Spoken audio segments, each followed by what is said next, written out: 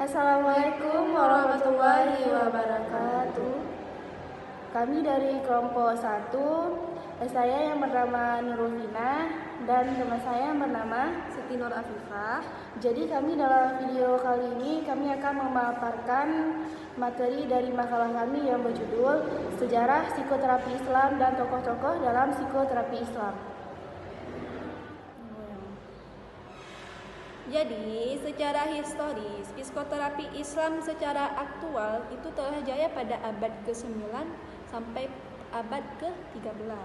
Jadi, para sejarawan menyebutkan bahwa perawatan atau penyembuhan Islam itu sebagai pengobatan Arab. Jadi, si tokoh Ibnu Khaldun ini pada tahun 733 sampai 808 Hijriah atau pada tahun 1332 sampai 406 Masehi, yaitu sebagai salah satu pelapor pendekatan sosiologis dalam teori sejarah.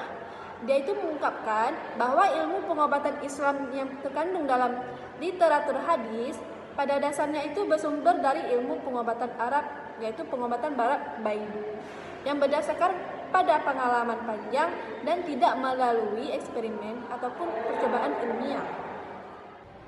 Terus, Islam memandang bahwa psikoterapi religi dapat dikategorikan sebagai psikoterapi Islam. Jadi proses perawatannya itu disebut sebagai proses penyembuhan terhadap penyakit, yaitu sebagai kata seperti kata al-istighfar yang terkandung dalam Al-Quran, yang merupakan proses penyembuhan terhadap penyakit dan gangguan psikis. Terus gangguan psikis ini merupakan masalah dalam diri yang berkaitan dengan mental ataupun spiritual seseorang yang kadang terabaikan dalam kesehatan fisik, apalagi telah dikemukakan ada kaitannya gangguan fisik yang berpengaruh pada jiwa seseorang atau disebut sebagai soma psikotis. Dan yang selanjutnya saya akan menjelaskan tentang tujuan dan fungsi psikoterapi dalam bimbingan konseling.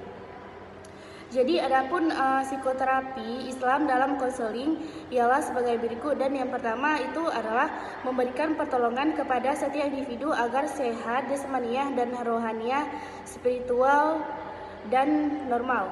Dan yang kedua, menggali dan mengembangkan potensi esensial sumber daya.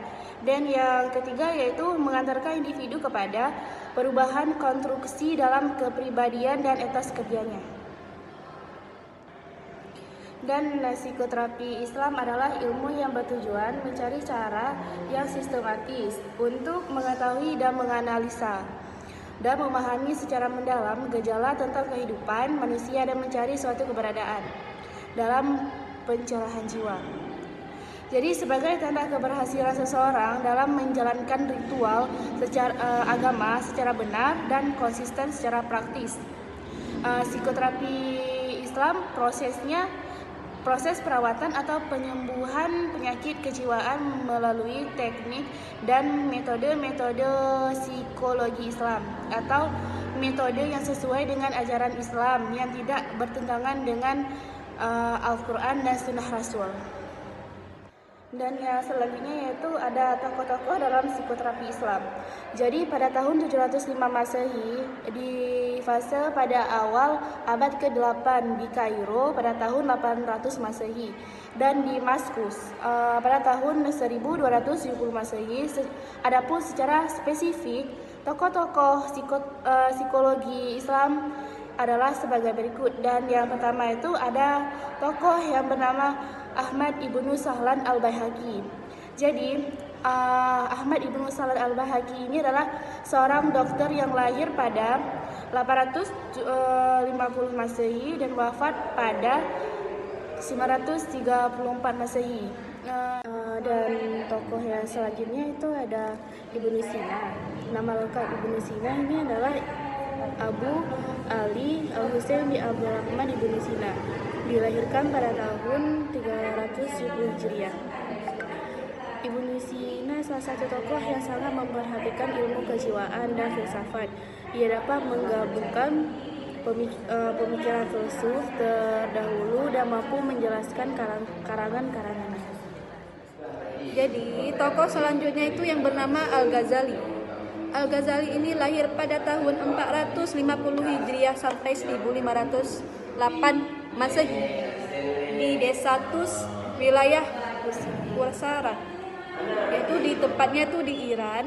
Dia adalah pemikir ulum Islam yang menyandang gelar yaitu sebagai pembela Islam, ataupun dikenal dengan nama Al-Ghazali, yaitu dengan nama Al-Ghazal, yaitu sebagai tokoh besar. Al-Ghazali adalah arsitek perkembangan Islam di masa belakang.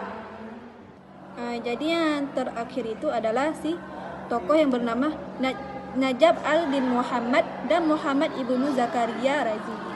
Dia itu berasal dari abad ke-10, yang dimana mereka memaparkan berbagai penyakit mental secara rinci berdasarkan pengamatan yang diteliti terhadap pasien-pasien yang mengidap penyakit mental.